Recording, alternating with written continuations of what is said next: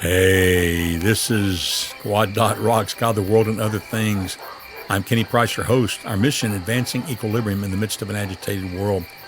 This is Season 20, Episode 416. Did you hear that? Season 20, Episode 416.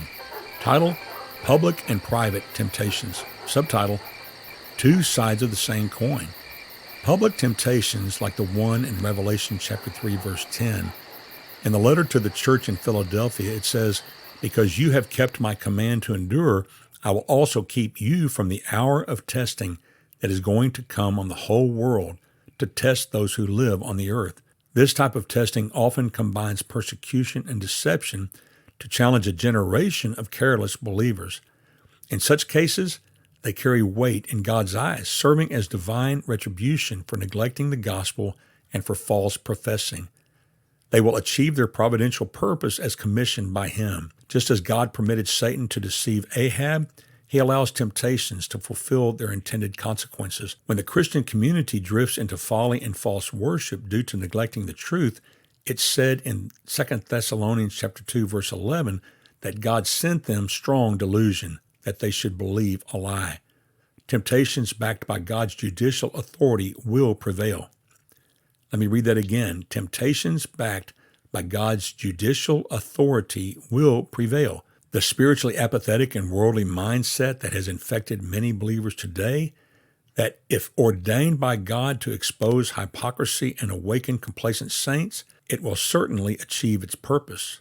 Public temptations are often fueled by the behavior of those considered godly and are particularly challenging. The increase of sin among some believers can gradually diminish the zeal and love of others. As one person becomes negligent, others may follow suit, eventually conforming to the same behavior. It's like how a little leaven can leaven the whole lump. The danger lies in the infection spreading throughout the entire community, leading even sincere believers astray. Public temptations are usually accompanied by convincing justifications that weaken individuals' resolve and lead them to underestimate the severity of the temptation's consequences. My friend, this is one of the key pivot points in the fall. To underestimate the severity of the temptation's consequences.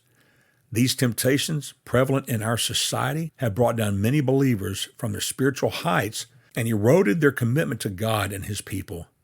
The world is filled with appealing arguments and rationalizations that lead people astray, subtly leading them into sensuality and apostasy. In private temptations, you see an integration with lust. In 1 John chapter 2, verse 16, John describes the world's temptations as rooted in the lust of the flesh, the lust of the eyes, and the pride of life. Interestingly, these temptations primarily reside within the individual, not in external circumstances. However, they are termed in the world because the world's influences mingle with them, merging and reinforcing each other. Just as faith and promises are said in Hebrews chapter 2 to be mixed in the King James Version, it says, "For unto us was the gospel preached, as well as unto them, but the word preached did not profit them, not being mixed with faith in them that heard it." So are lust and temptation intertwined. They strengthen each other mutually, making temptation deeply entrenched within the heart. Conventional reasoning alone cannot uproot it. Only by addressing the underlying lust can one conquer temptation. For example, consider David's temptation to lust. Despite numerous rational arguments against it, only the elimination of his lust could grant him victory. This reality deceives many who fervently oppose their temptations with logical reasoning, but find them only growing stronger. The root cause, the underlying lust, must be addressed. Attempting any other approach is like futile efforts to contain a spreading gangrene, inevitably leading to either surgical removal or death. Psalm 51 gives us the prescription for the cure to overcome private temptations and their integration with lust. Psalm 51 in the Christian Standard Bible says, "A prayer for restoration." For the choir director, a psalm of David, when the prophet Nathan came to him after he had gone to Bathsheba. "Be gracious to me, God, according to your faithful love. According to your abundant compassion, blot out my rebellion. Completely wash away my guilt and cleanse me from sin. For I am conscious of my rebellion, and my sin is always before me. Against you, you alone, I have sinned and done this evil in your sight." So you are right when you pass sentence. You are blameless when you judge. Indeed, I was guilty when I was born. I was sinful when my mother conceived me. Surely you desire integrity in the inner self, and you teach me wisdom deep within. Purify me with hyssop, and I will be clean. Wash me, and I will be whiter than snow. Let me hear joy and gladness. Let the bones you have crushed rejoice. Turn your face away from my sins and blot away all my guilt. God, create a clean heart for me and renew a steadfast spirit within me. Do not banish me from your presence or take your Holy Spirit from me. Restore the joy of your salvation to me and sustain me by giving me a willing spirit. Then I will teach the rebellious your ways, and sinners will return to you. Save me from the guilt of bloodshed, God, God of my salvation, and my tongue will sing of your righteousness. Lord, open my lips, and my mouth will declare your praise. You do not want a sacrifice, or I would give it. You are not pleased with the burnt offering. The sacrifice pleasing to God is a broken spirit. You will not despise a broken and humbled heart, God. In your good pleasure, cause Zion to prosper. Build the walls of Jerusalem. Then you will delight in righteous sacrifices, whole burnt offerings. Then bulls will be offered on your altar. My friend, can you hear David jettison and abandon all hope within himself to set himself free from such a private, internal collapse into temptation and sin?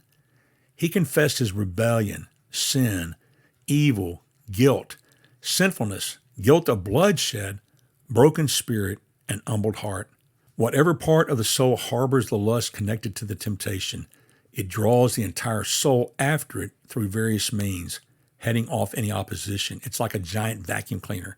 Suppose it's a mental lust, such as ambition or vanity.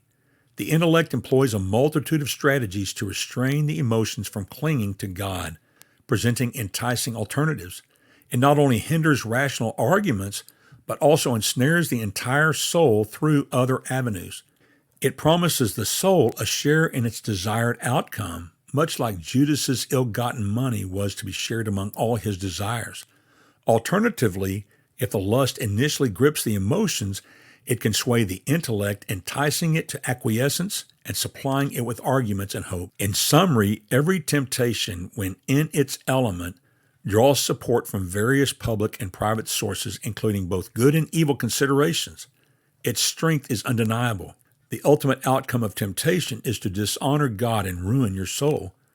Review the aftermath of your past temptations. Had they not contaminated your conscience, disturbed your peace, weakened your obedience, and obscured your perception of God? Though you may not have succumbed to the outward sin, have you not been defeated? Hasn't your soul been marred and deeply troubled by temptation? Have you ever emerged unscathed, without tangible loss, from nearly any temptation you faced? Would you willingly entangle yourself again? If you're free now, be cautious. Avoid entering into temptation again if possible, to avoid a worse outcome. And with that, my friend, I bid you peace.